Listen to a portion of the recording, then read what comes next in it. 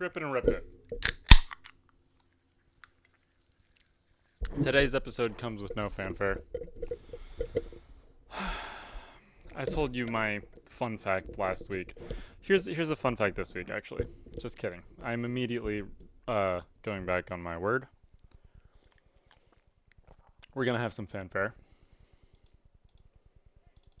Yap, yap, yap, yap.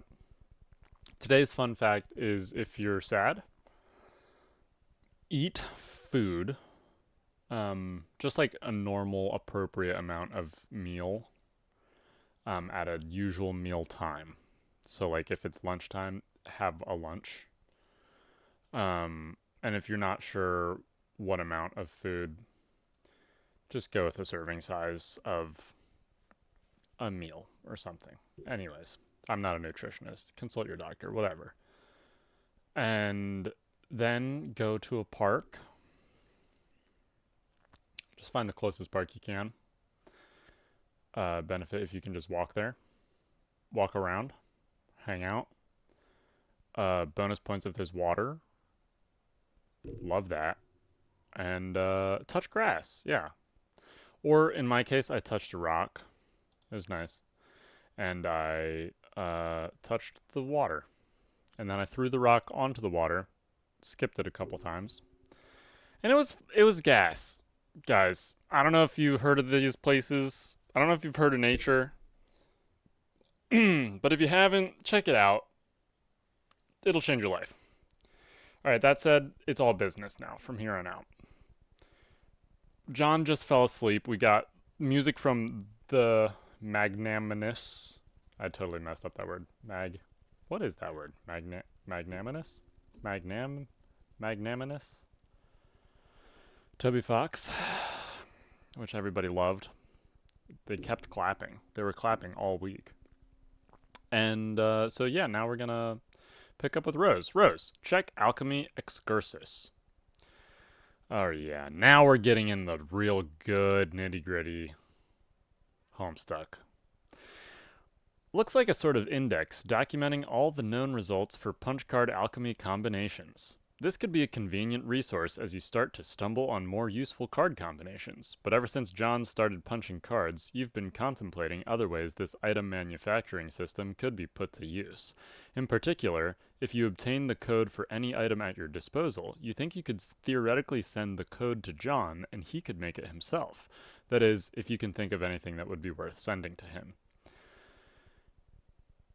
So they found a way that they can combine objects into making another object, right? They got the Slimer Pogo Hammer, which is a huge deal. And obviously with your Strife Specibus, this is one of those things that high school me was like, all right, everybody. If you have your Strife Specibus, if you have your pick of the litter, which mine is sword kind because nothing is cooler than swords. What would you combine it with to make a dope sword of that thing? You know what I mean? Or dope hammer, whatever Strife Specibus item. I just love that idea that you could just combine any objects into a cooler, more complex version of that object. I love the alchemy system that Homestuck brewed up here. It's so cool. Rose, Captchalog SBurb server CD. Oh, look, see, Rose is so smart. She's like, oh, John doesn't need a thing. I can get it to him. You eject the disk and Captchalog the server CD. And look at that raging fire outside. She's cooked soon. Rose, message John the CAPTCHA code. She looks around. There's no CAPTCHA code. Oh, god damn it. SBurb thought of this. They said, nuh-uh-uh. Nuh-uh-uh. Or rather, this is just the author covering up their own ass to be like, no plow holes here. Uh-oh. The fire is rupturing the generator. And it's... Wow, her laptop really had no battery at all. Like, that happened so fast. What kind of laptop even is that? Look at that janky ass JPEG of a keyboard. That's hilarious. I guess it's supposed to be a Mac? I don't know. Facepalm ×2 combo. Rose is pissed. Ooh, flash animation. John, wake up.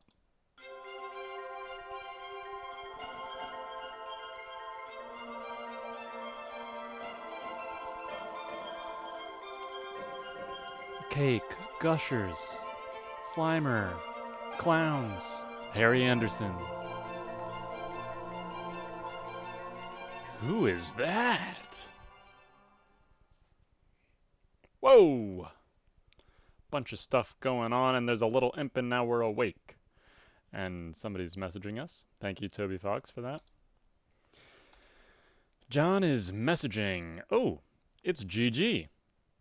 And John. Hey! Whoa, there you are. How's your adventure going, John? It's okay. I'm making some progress, and Rose finally connected again, so she's helping me now. That's good. Oh, but I don't think I'm actually saving the world here. Frowny face. I don't know what I'm really accomplishing, but I guess it's not that. Well, I think whatever it is, it must be pretty important. Don't lose hope, John. I think it will all turn out for the best if you stay positive. Just keep listening to your grandmother's advice. Yeah, you're probably right, but, I don't think I mentioned Nana to you, did I? Oh, I don't know, didn't you? I don't know. Maybe you talked to Rose or Dave about it or something. Yeah, maybe that was it. They're really weird when they talk to me about you. They're always trying to convince me you have some spooky powers. But I'm always like, no, she seems like a pretty regular girl to me. But then when I think back, maybe there are times when it seems like you know some things. Maybe you know more about a thing than you're telling me? I don't know. Oh, well, John, I want to explain lots of things to you. Some things that I know. I'm just waiting. Waiting for what? Oh, John, I forgot. I was messaging you about that meteor that fell near my house. Oh, yeah. Whatever happened with that? Oh, boy. Well, it turns out I was confused about it. Really confused. See, I guess I fell asleep for a while and lost track of time. That happens. Yeah, I know. Tell me about it. Maybe you should, wear an alarm clock or something. So, what was the deal with that meteor? Well, it's hard to explain, but I know what it is now, and now I know everything's gonna be okay. So, what is it? Or is this just another thing you're waiting to tell me? Oh gosh, John, I really want to tell you all this stuff, but I can't yet. I really think you need to wake up first. Huh? Well, okay, not literally. Well, okay, maybe kinda literally. Ugh! Stop being so confusing. LOL, smiley face. Anyway, time for you to go, John. I think you have some company. Heart. Garden Gnostic cease pestering ectobiologist at question mark, because I guess there's ain't no time in the medium. Which is kind of relevant, because it is relevant, but also I don't think it really matters. John, quickly grab the pogo hammer. John is in go mode. He basically teleports. You stick the pogo hammer back in your strife specibus and get ready to kill some more of these pesky little... Huh. What's that? Boom. Boom. Not Colonel Sassacres.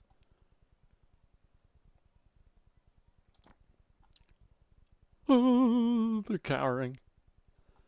Rose? Why aren't you dropping something on that thing? Oh no. Sad face. Because Rose ain't got no internet, John. John, be the imp. You be the imp and quickly abscond the fuck out of there. This is what weaker adversaries do whenever things get too hot to handle, which is frequently. John, prepare for a boss battle. You stop being the imp because that was stupid and scurry over to your magic chest that you suddenly remembered was on the roof. There are some things in here that would be good to stock up on for a major battle, but it looks like someone has plundered your chest. This is so outrageous. John is pissed. Imp. Big shoe. Imp. Rattling the house. You're being ambushed! There isn't much room to maneuver on this sloping roof. Maybe you should consider making your way to higher ground. John, ascend to the highest point of the house. Ascend? That's coming back. That's coming back. You go up here. Boing, boing, boing, boing, boing, boing, boing. There is something a little satisfying about this animation. Look at his foot. It looks so bendy. John, look down. You peek over the edge. Oh, just fucking smash that little imp. Wrong edge, John, you doofus. Oh, where are the trick handcuffs? Remember the trick handcuffs from the magic chest? Remember? If you don't remember, that's okay. But they were trick handcuffs in the magic chest that was in John's room. It already seems like a long way down to your yard, not even to speak of whatever's below. Hey, weren't your trick handcuffs dangling from that branch earlier? Damn it. Why do imps gotta be making off with all your sweet gear? John, turn around! Oh, crude ogre! They're big dudes. You are confronted with a pair of enormous foes. This is it. You've no choice but to wage a fierce rooftop battle. This is totally going to happen now, and could in no way conceivably be interrupted by a sudden shift in our attention. It's go time. It's time to do this thing. We're doing it, man. We're making this happen. Oh, and if you click that, we go to Sweetbro and Helljeff. Thank you very much. We're making this happen. And naturally, we jump back to Dave. Dave, stop being the other guy. You stop being the other guy. You're not even sure what that means anyways. Meanwhile, Dave is... Oh, he's cut up all of these Smuppets. Ooh. S. Dave, ascend to the highest point of the building. If this is what I think it is, this is one of my favorite songs in Homestuck. Oh, it is. Oh, yeah. Bro, roof, now. Bring Cal. We're doing it, man. We're making this happen. Dude, this animation rules. Muppet buttock mound. Acrobatic fucking pirouette. Bum, bum, bum, bum, bum. Cal's dead glass eyes. Ugh.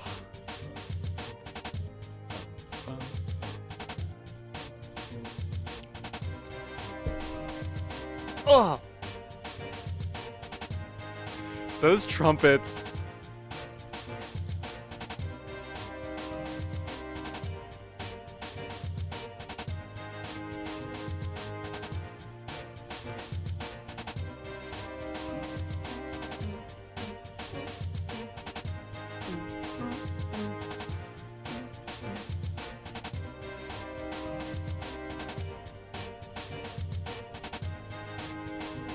Dave is shocked.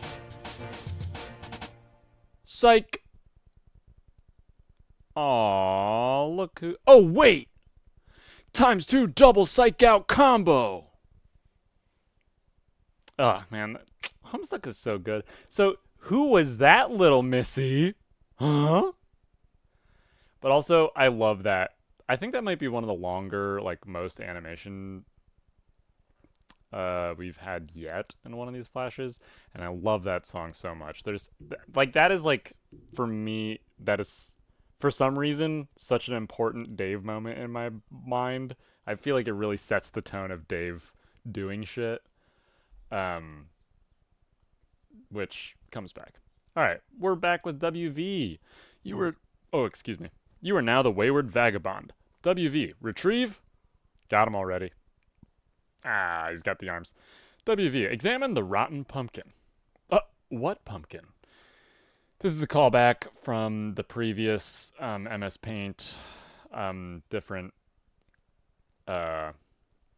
jokes where they eat pumpkins when they're like, oh, do something with this object, and then they like eat the object or something, and they're like, what object? So what pumpkin specifically ended up becoming the whole merch store of this whole situation. Like, it was like the company, I think, that would sell the merch. What pumpkin? So, what pumpkin? Callback joke. And also it makes sense because WV just eats everything that's green, because he's starving out here. WV, check the little red bar. It appears to be a gauge for a large power cell, perhaps fueled by some type of nuclear reaction. If this is the case, it is relatively low on fuel, but who knows how long it has been running here. You do not care about this sort of nonsense, and you will disregard it at once. You are very hungry. Yeah, look, he's so hungry. WV, capture log, can of gravy. Captcha you have no idea what that means. It is total nonsense, and you do not know what to make of it. You will not give the foolish notion a second thought. So here's a thing. Captcha can only happen with players, I guess.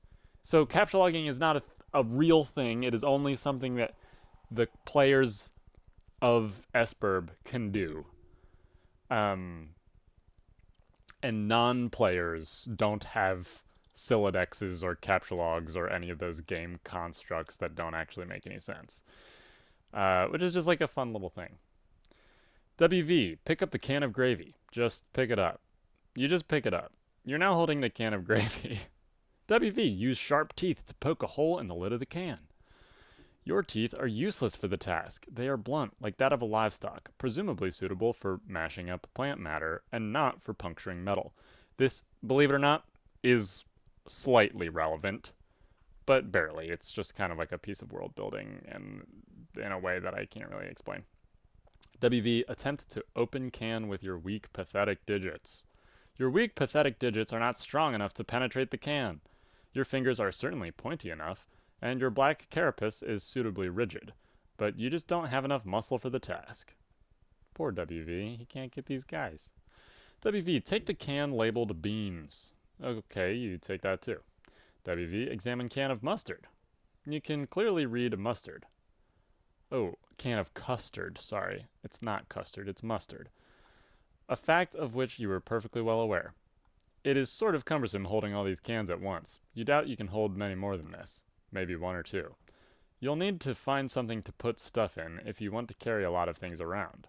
WV, examine marking on wrist. You drop all the cans and take a look at your wrist. Poor guy. It's sort of a specialized barcode pattern. This brings back unpleasant memories, and you would prefer not to dwell on it. There, it's the girl with the barcode tattoo. WV, examine the small potted plant. What plant? Look at this dude, he's constantly eating all the green stuff. WV, check book on human etiquette.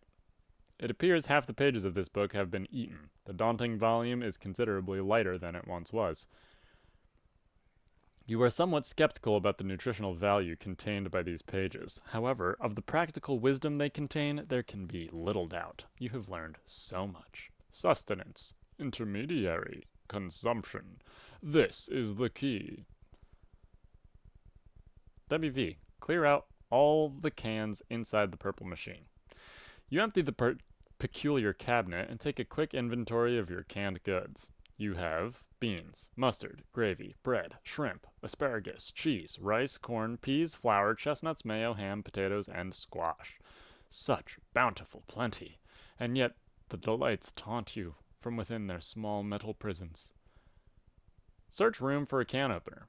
You've already looked all over the place for a can opener, even making a few electronic inquiries about one to no avail. Nothing else inside the purple thing either. And that was when, in the prompts, WV was telling John, oh, look around for a can opener. And John was like, why am I thinking about a can opener right now? And that's because WV was over here, back in time, forward in time, trying to open these cans. WV, locate a nearby sharp object. You wield your trusty knife. It is actually you're not sure what they're called. It's an old, rusted one of those red mailbox arm swing flappy doodads, either for letting you know there is mail in the box or maybe for alerting the mailman to outgoing mail to be collected. You don't know, really. You've wrapped a little piece of cloth around it for the grip. It is useless for opening cans. He's got a mailbox flap. Where have we seen a mailbox flap before? And for some reason, there's only one of everything. WV, be the imp. This means nothing to you. You are not an imp. You certainly have no idea what an imp is, and you will not entertain such frivolous and childish ideas ever again. You feel stupid and hate yourself a little for even considering it. You see, this is I once told you, Nellie, that Homestuck was actively antagonistic to the reader, and I think this is a perfect example. It's a prompt that either a reader gave this prompt to be the imp because they wanted a change of perspective, or the author gave this prompt. But either way, then you're met with a whole paragraph being like, you idiot. And I think that's really special. I don't know, there's something about the humor there that really does tickle me. WV, become the mayor of Cantown. As the glorious founder and mayor of Cantown, you erect a dignified, majestic city hall out of cans, fittingly capped off with a tome of good manners for the roof. You have given yourself a very official and important looking mayoral sash made out of old cables to complete your look of authority. Authority. Baldur's Gate 3. A number of rather civic minded citizen cans gather in front of the building to offer adulation to their fair and magnanimous leader. All is well. Ah, he's the mayor of Cantown. The mayor. We love the mayor. You immerse yourself in this beautiful dream as you whittle away the minutes, or perhaps hours. You love the idea of being a mayor. You love everything about mayors, and the concept of an orderly, civil democracy. It all seems so mannerly and reasonable to you. Everyone is friendly and happy, and the city runs like clockwork. The foundation of the government is based on mutual respect between the leader and its people. It is also built on having a really great mayor that everyone loves and who is totally amazing and heroic and brave. Corn. Parade. Vroom. Mayor. Aww. Oh. Look at this pattern on WV's wrap. That'll come back later. Mayors are so much better than kings. You hate kings, and you think kings are really stupid. They are petty, bossy tyrants, and are really full of themselves, and are basically awful in every way. God, do you hate kings?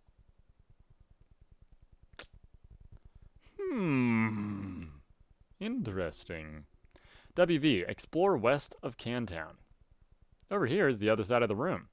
There is another one of those purple storage boxes and some useless objects scattered on the floor. WV, use glowing green rock to open cans. You pick up the nugget of uranium and... oh, that was so stupid. Why would you do that? 'Cause he eats all the green stuff. And now he ate a chunk of uranium. He's gonna die. WV, examine box of crayons. It's chalk, numbnuts. They love this word, numbnuts. I don't like numbnuts. I think that's a dumb word, but that's okay. Next arrow. Inside the box, there are 12 pieces of chalk in every color of the... Well, there's 10 pieces of chalk in most colors of the rainbow. You're excited by this. My dude loves eating the color green. WV, try to open the storage box. It's locked. There must be some sort of release mechanism for this thing. WV, examine contents of yellow container. Oh, look at that. There's a gear. The container is full of motor oil. This does not seem useful to you right now. I'm trying to think if this motor oil ever comes up and is relevant, but I don't think so. Oh, sorry about that. Okay, let's see here. WV, rescue that poor lightning bug. There's nothing you can do for this new little friend. Attempting to crush the amber encasing the firefly would likely cause it harm. It nevertheless bravely flashes on. You find its light alluring, inspiring.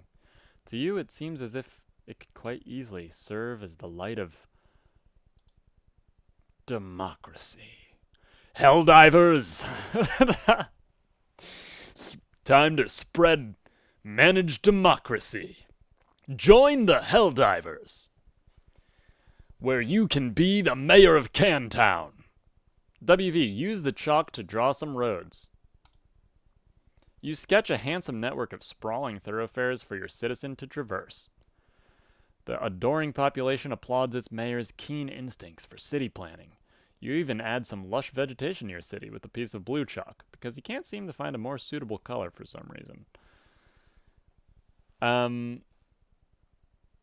Can Street, Can Parkway, Can Boulevard. This really reminds me of those placemats that you make when you're a kid. You don't make them. What am I, a placemat maker? No, those like where you have the cars and there's the little building and the little roads and the little rug. This reminds me of that. Good times. WV, lay a chalk foundation for Cantown's civic growth. You develop westward, settling those fertile plains and claiming them for your city. You section off a number of residential and commercial zones for civic growth, arranged in the only logical pattern that occurs to you: a chessboard. Interesting. Remember that chess metaphor that Nana was using to explain the game when we were playing chess in 2D and then it extended into chess in 3D? I remember that flash animation. Do you?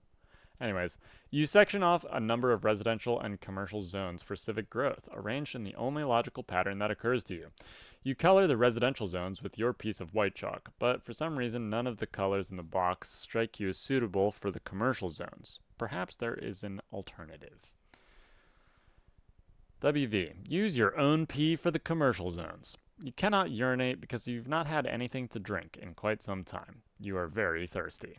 Also, that is a really terrible idea, and you would not consider befouling your wonderful city in that way for even a moment. WV. Use motor oil to designate commercial zones. You fill each empty square with a bit of motor oil to complete the zoning. It looks rather striking to you. You can hardly imagine that an up-and-coming young can trying to make it in the world would not be delighted to live in your fair district. You are very careful not to get any of the unpleasant fluid on your person. White and black. WV. Peel label from can of mayo and affix to sash. And look, he put on an R with the chalk, mayor. WV. Survey surroundings in search of more terrain for city. It seems you've run out of territory for your western expansion, but there is still a lot of empty wall space. Perhaps your citizens would be happier with a colorful backdrop that would make them feel more at home. Using most of your imagination and an entire piece of sky blue chalk, you render a bright and cheerful sky full of clouds. You have decided that very closely orbiting your city is a luminous planet, about which orbits a single moon. You switch to another shade of blue and continue rendering on the western wall. Oh, we're getting lore drops here. What's this? Planet with a moon? Luminous planet with a moon? Orbiting much further from your city are 4 planets.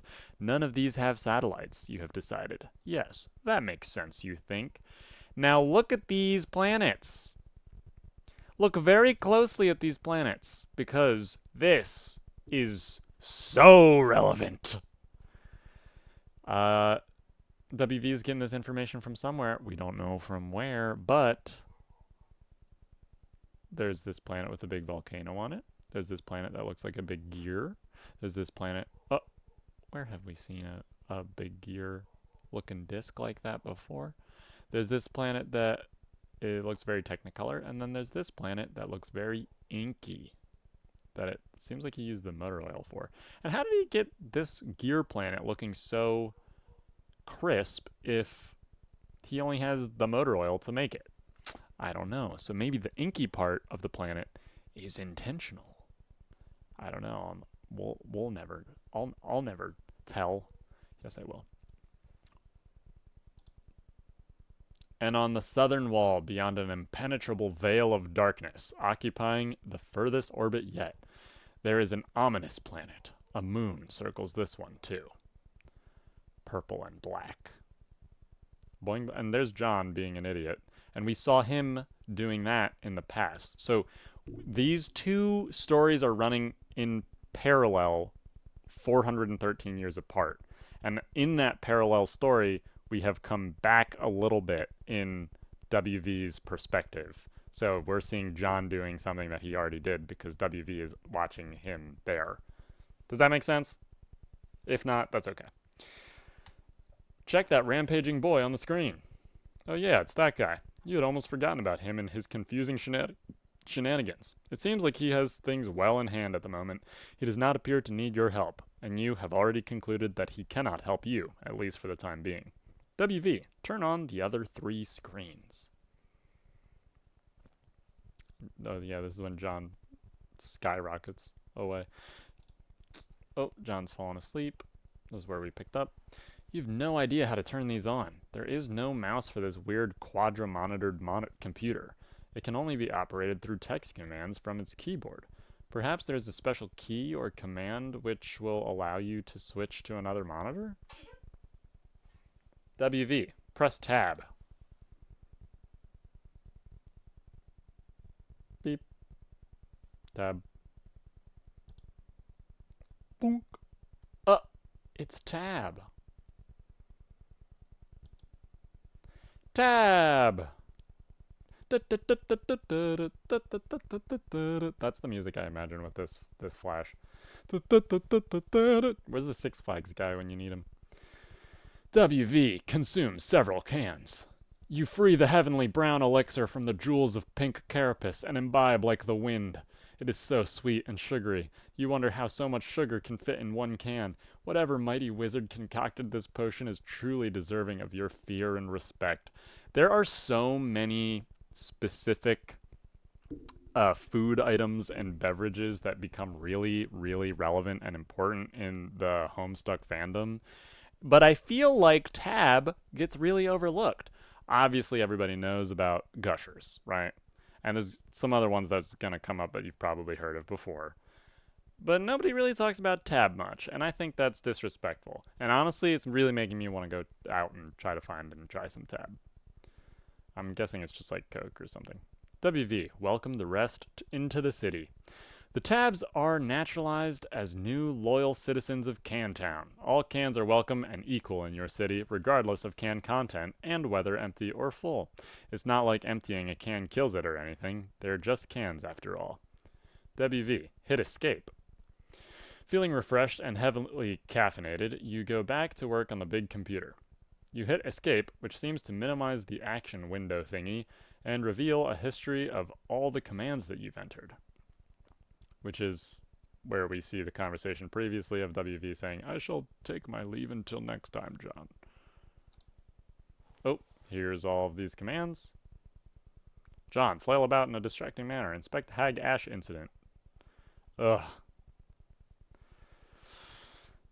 I don't think I'm going to reread all of these, but these are literally all of the prompts that didn't have just a single arrow moving forward or a specific prompt to a specific character saying like John colon do a thing, which those prompts are coming from us, the reader, and the audience, whereas these prompts that was just like an arrow and then do again as purple words say were coming from WV.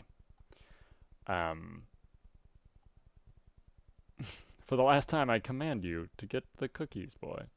Mr. John, respectfully ask that you please stand up. Yeah, I'm not going to reread all of these, but it's pretty good. Pretty good. Thank you so very, very much, dear favorable small primate. You use the arrow key to scroll up a bit. You can't believe how much you've already typed into this stupid contraption. What a waste of time. See, he literally is like, this, what a waste of time this whole comic is. Next arrow. You scroll all the way up to your first command. It looks like there are more commands even above it. Maybe someone was entering commands on this thing before you? There aren't many more. At the top of this list appears to be the very first command. So here's our options. We got home, view, switch 2, switch 3, switch 4, switch 1, escape, lock room 3, pass. So I guess now there's a passcode to lock room 3, so we can't look into room 3. View and reboot. So let's switch 2.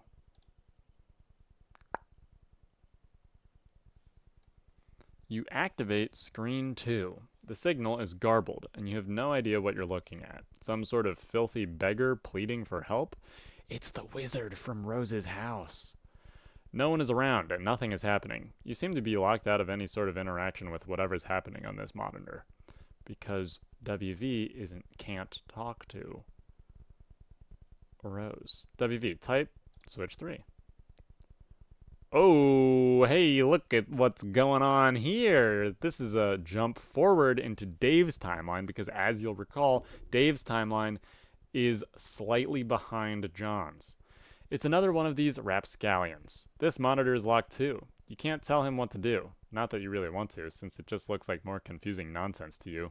You consider switching to screen 4, but decide against it. You have a feeling that whatever's there would just confuse you even more, and you don't even really care all that much anyway.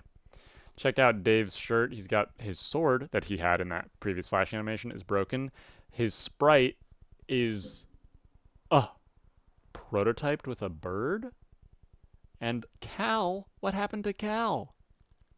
WV, type home. All 4 screens activate.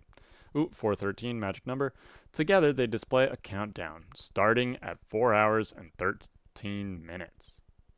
What's gonna happen in 4 hours and 13 minutes? Who knows? WV, type reboot.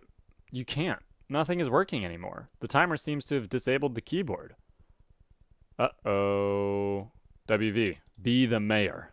Enough of this nonsense. You are an important mayor of this, and this absurd contraption has wasted enough of your time. You've got a city to govern with a carapaced fist, which is to say, a firm yet polished and supple as the situation demands. Anyways, this will help you kill some time while you wait for that clock to count down. Ooh, he's got a can hat. Seaweed. Oh, look, he's got the little firefly. Bamboo shoots, radishes, pickles, artichokes. WV, create employment opportunities for the citizen cans.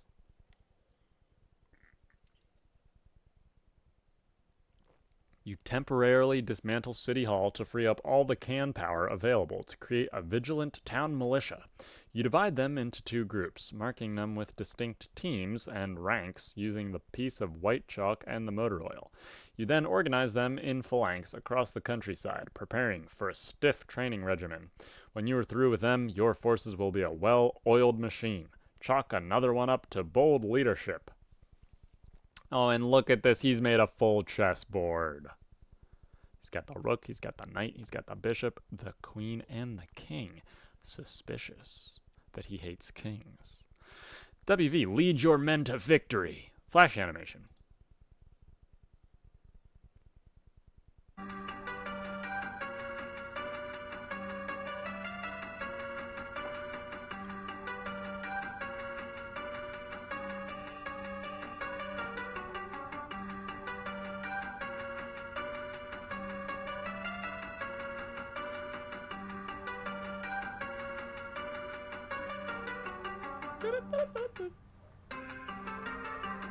Vroom.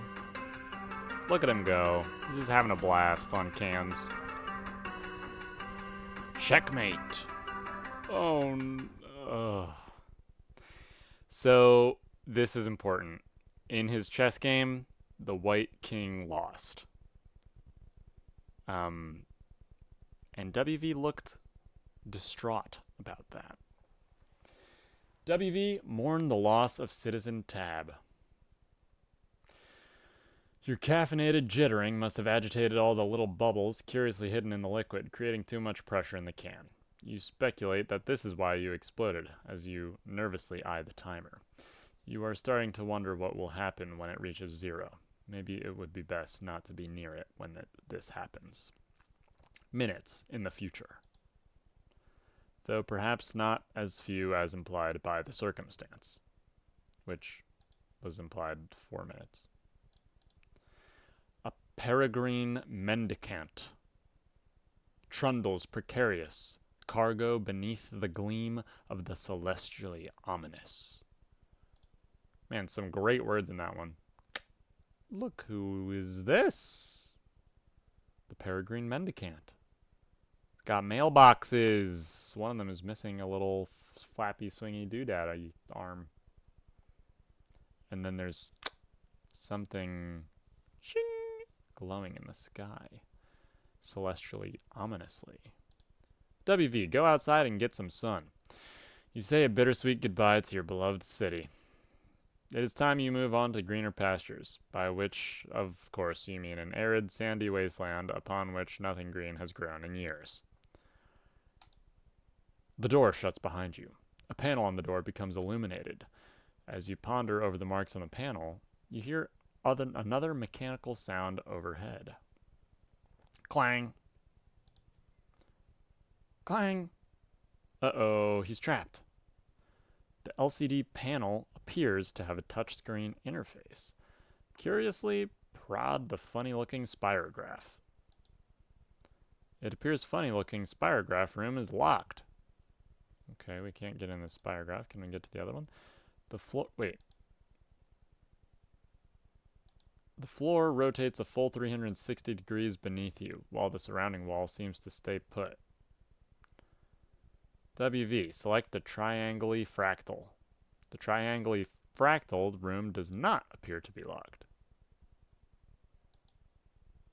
The floor turns 120 degrees, and the door opens.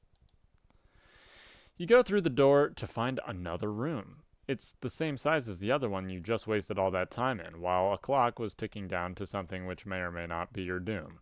Maybe there is something in here that will help you escape. Against the wall, there is another perplexing contraption.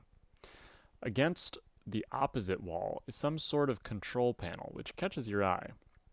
It has two large screens, but only one appears to be active. There are fields for numbers which appear to be modifiable with the dials to the right. Some numbers are already supplied by default, perhaps entered by the previous user. There are a few buttons below, the largest one bearing the symbol marking this room. Also, it looks like there is a meter stick propped up there for some reason. WV, attach your trusty knife to the meter stick. Also, if we look at these numbers, you will see there's a timestamp at the bottom, right? And then these lines, latitude, longitude, and altitude. Interesting. And I just noticed that there's a spiral here on the globe. And that is very curious, and I've never noticed it before. Huh. Okay. Attach your trusty knife to the meter stick. Oh, and look at this. Over here on the right, we see... What's that? There's the spirograph in the middle. There's seemingly 4 distinct planets with a number of circles between. And then there's maybe some kind of stellar body with a moon, a large ring beyond this whole thing, and then another stellar body with a moon. Seems awfully familiar to what WV just drew. Awfully familiar. WV, attach your trusty knife to the meter stick. You immediately craft a measuring spear through possibly the most advanced form of alchemy employed thus far. This is obviously the most important thing to do first. Obviously. Or it would be obviously be the most important thing if you'd remembered to bring your trusty knife. You feel so insecure without your trusty knife. It makes you want to slit your wrists. Oh, Jesus Christ. See, this is 2009 for you. Or, at the very least, flog your carapace with some sort of measuring apparatus. WV, look at the other wall. You examine the perplexing contraption across the room. You, of course, have no idea what it could possibly do. You adopt the only obvious course of action, which is to poke and prod it with your handy ruler. You are quite sure that this is what science is all about. WV, press the triangle pattern. Boop.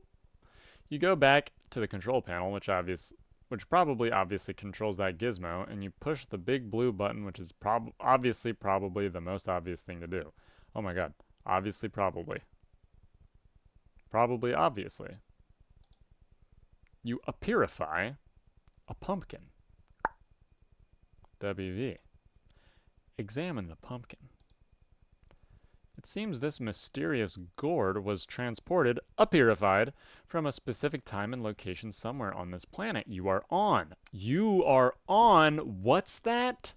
That's right. The planet that we were just looking at in the image is Earth.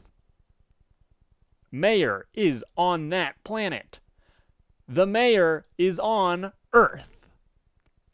You wonder if the machine appearifier will take any object that exists at whatever time and location you supply. There is a symbol carved on the pumpkin. You don't know what it means, and you doubt it will ever prove relevant in any way. Spoiler alert, it's extremely relevant. WV, devour the pumpkin. You consider dining on the ripe flesh of the plump vegetable, but your curiosity about the aperifier gets the better of you. You try to sneak a nibble from the pumpkin nonetheless. Inspect the green buttons. You first examine the attractive green buttons. The icon for the one on the left is that house shape you've seen plenty of times before. The 4 Homestuck symbol of the 4-room house. The right one on closer inspection appears to be the map for this underground facility, with an X marking its center. WV, press green button on the right. You push the button. All of the numbers change. Perhaps these are the coordinates for the location of the center of this facility, along with the local date and time. If this is the case, it would make a useful reference point for your current bearings, which is very interesting because when we push this button, WV's head is right in front of the time, so we can't see the time. Fiddle with the dials. Still not letting us see the date or year. One way to find out would be attempt to apurify something from this facility. It should be easy to zero in on a location relative to the center because you have an uncanny knack for tracking precise distances you have already traversed, in whatever units you choose. Your handy ruler gives you a good clue as to the basic unit of human measurement. You will go with that. He's got a knack for tracking precise distances of travel. Maybe like how a chess piece might move. WV, apurify your trusty knife. You nudge the coordinates very slightly and bump up the elevation by 0.5 human measurement units. You make sure to keep the time approximately what it was to begin with. You apurify your trusty knife. Oh, snap! WV, apurify Cantown. You nudge the numbers a bit more and apurify a bunch of cans. This is so much more efficient than walking back to the other room to get them. You are to believe that time is at a premium, after all. De-apurify the pumpkin. Does this machine look like a de-apurifier to you? Honestly, the idea that an apurifier could both apurify and de-apurify things is so laughably ridiculous. You would wish someone would de-apurify your brain and re-apurify it with a brain that is more smart and less dumb. Dum dum dum dum dum dum dum. So rude. Don't be so hard on yourself, Mayor. It's okay. Use trusty knife to carve spook schema in pumpkin. What the hell are you talking about? That idea makes no sense at all and is basically meaningless. Try using that mushy stuff in your gourd next time. Instead, you just carve the top off, exposing a decadent cache of gorgeous seed-laden ambrosia. Needless to say, you consume all of it rather quickly, but it turns out to be too gross for us to watch. Aw, man. WV, move spirograph switch. You cannot move it. It has a spirograph-shaped indentation, and possibly will require a special kind of key to turn it. So, does that ever come back? This little icon in the middle, the spirograph switch, needs a special key to be able to switch it from Earth to wherever this is. WV, a purify firefly out of the amber. Wow. You set him free with really precise coordination. Which doesn't really... Hold on, this doesn't actually make sense because if you think about it,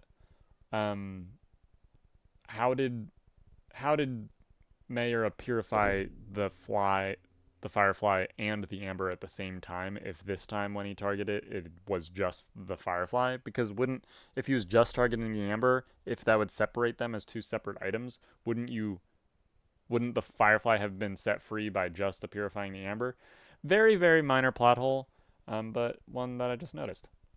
You release your blinky new friend. You will give her a name when something suitably whimsical occurs to you. Aw. I love this. So cute. WV, adjust time dial to purify rotten pumpkin. The past. You and Serenity... Oh! Already decided the fly's name. Consider new ways to waste more time with the purifier.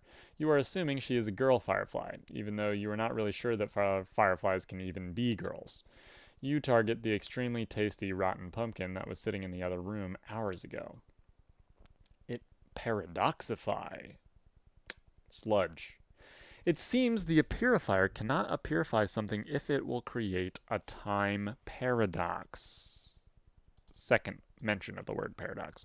A gelatinous ghost pumpkin purifies and quickly dissolves into a pile of unappetizing sludge. Which is surprising because it is green, Slimer, and also, he loves green things. WV, purify the grate over the entrance to the facility. Oh, now check this out. Serenity is talking in Morse code. And I don't know what that means. And I don't feel like looking it up. But it's only a couple letters, so it can't be that important. Serenity blinks a message of urgency. You nearly forgot that while trapped in amber, she was witness to all your tomfoolery and dilly-dallying in the other room, and knows the timer is about to expire. It is time to get this show on the road and escape. You reset the coordinates with the right green button again, and this time only adjust the elevation by approximately 10 human measurement units. The Great. Animation. Wayward vagabond, hasten to the exit post-haste. Remember this one? Gotta collect all my cans, put them in the pumpkin.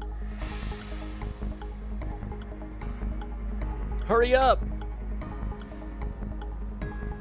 We got the time on the timer. Clock on the timer. WV doesn't know what to do. He's freaking out. Is this really necessary? Oh, he ate it. This is incredibly silly. You're right. I'm gonna take this bar as a sling, and then I'm gonna go.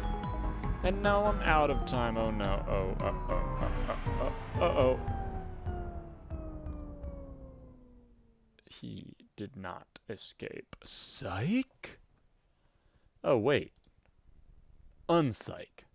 You attempt the rare and highly dangerous 5x cliffhanger combo and fail.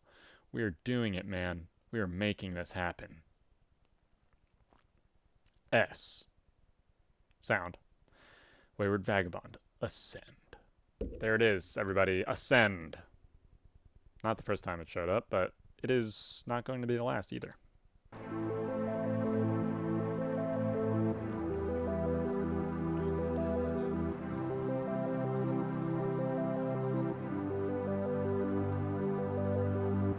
And now look at this.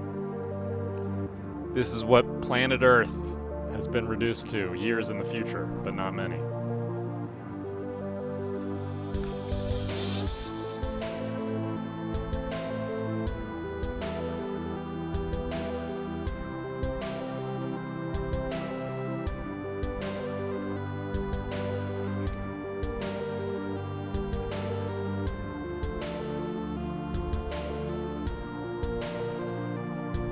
Continent westward.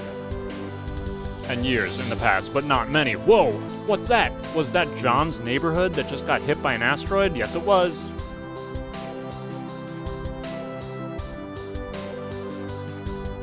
And what's growing out of the asteroid? An apple? It's the peregrine mendicant. At the apple, an ocean westward, and years in the past, but not many. Oh. Yes, many. Just kidding. A meteor came out of a spirograph, crashed on the volcano.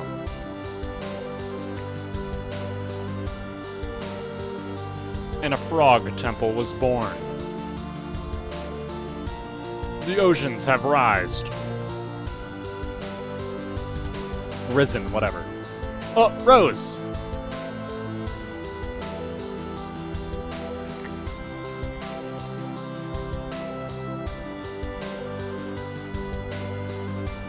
Rose's mom enters the passcode. John's dad is captured, but he uses the trick handcuffs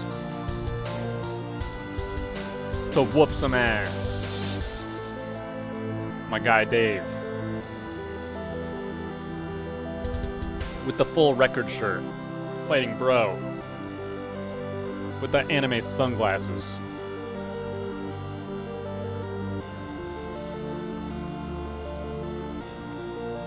Oh, empty, out of fuel. Now we're at the Frog Temple.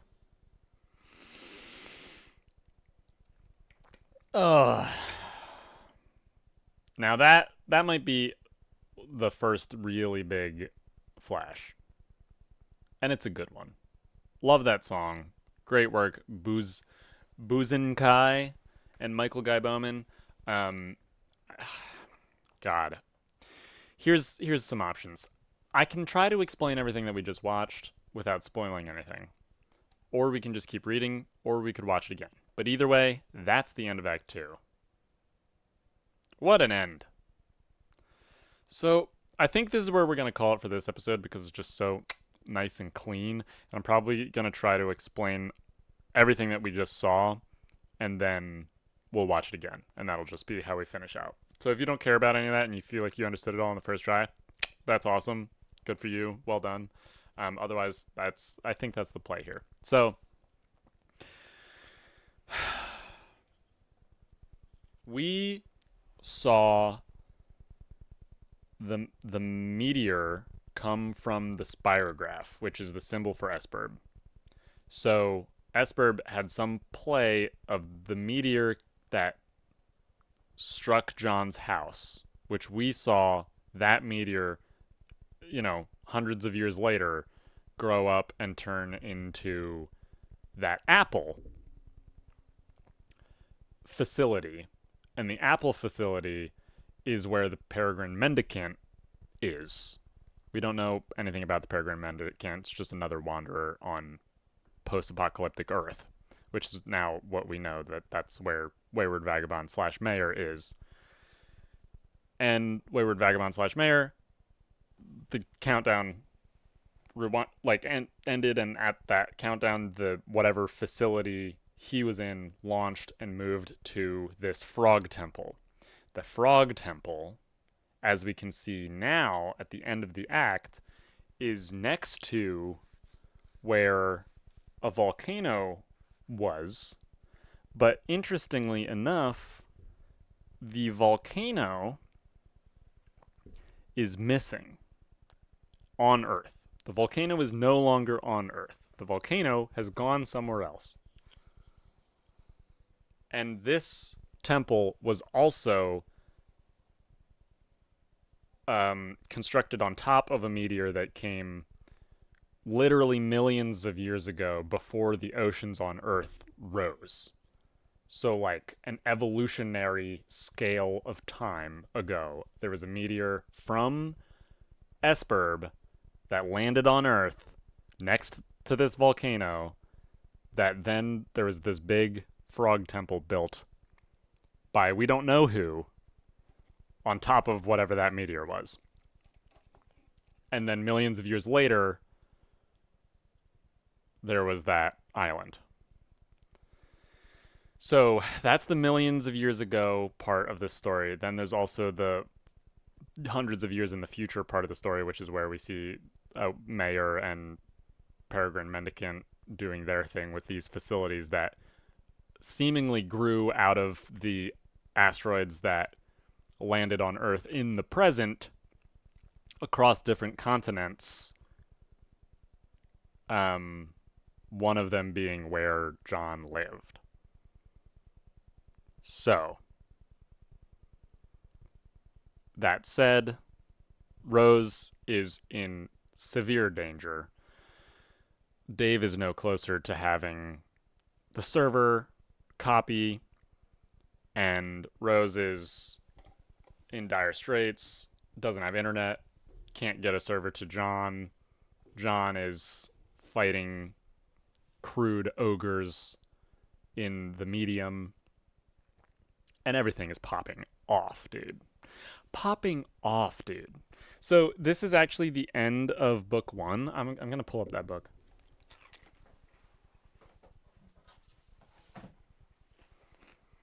Which is very exciting because we're on to the second volume. And wow, we're making great time.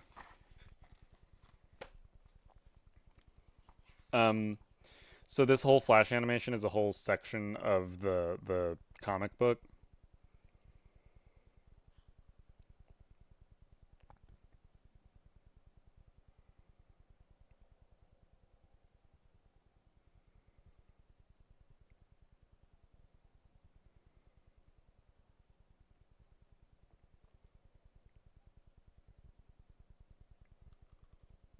Um, and I'm getting some of my knowledge about this. Um, this is really good audio.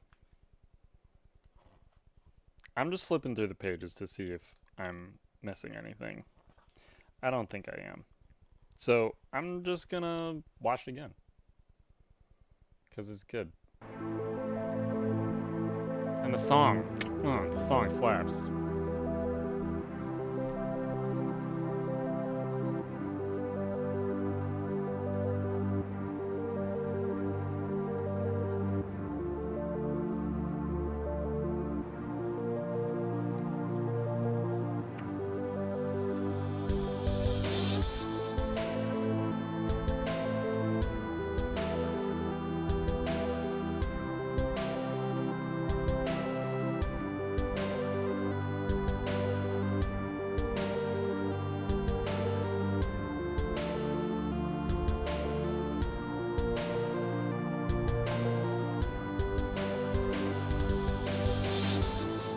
So I think John is on the west coast of America if we look at that map like that.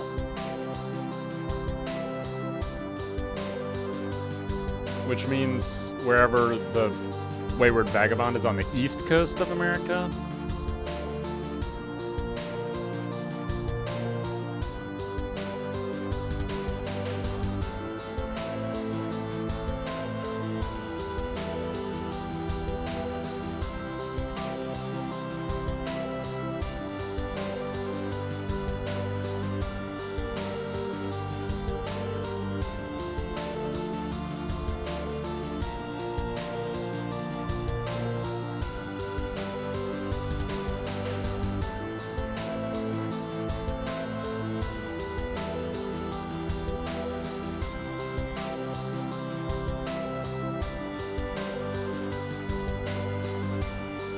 Oh, I've totally missed that.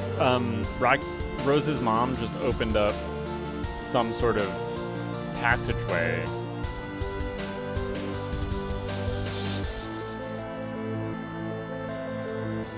And also we know that John's dad got captured.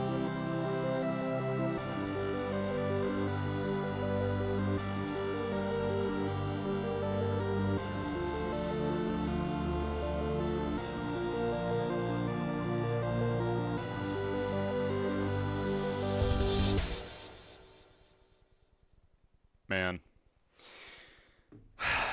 It's so good. So with that explanation, hopefully some of that made a little bit more sense. What's underneath the passageway that Rose's mom opened up? I don't know. Under the tomb of Jaspers. But it's the end of Act 2 and surprisingly nobody else has made it into the medium. I actually kind of forgot. I thought that Rose made it into the medium. Spoiler, she makes it into the medium. If you thought that she died, then I'm sorry to you. If you thought that she died in the next 30 seconds, she doesn't. She makes it. But I thought she made it at the end of Act 2, but I guess not. So I wonder when she'll make it. And how? And what will happen next? Stay tuned for more. I'm pretty excited. We finished the 2 out of 7 acts. That's a pretty misleading distance because as you can see, we're not even 1,000 pages in, despite already being how is that possible, Alex? How could we be 2/7 of the way through? Because we're not. We're not at all. We're less than 1/8 of the way through. Because the acts get wacky. The acts get real wacky. But we're done Act 2, and I think Act 3 is pretty sweet, and I know that lots of people kind of consider Act 4. Some people, there's different camps. Some people consider Act 4 kind of like peak Homestuck. I think I'm kind of in that camp. I think that is when I was like, I'm locked in on this for life. But I don't think it really becomes Homestuck yet, and you'll see why. Um, all right. Well, thank you so much for listening. I hope that this was fun. I hope you enjoyed the Act 1 and Act 2 music, and we'll pick up next time with Act 3. And this Dear John letter, I wonder what that contains for us. Peace out.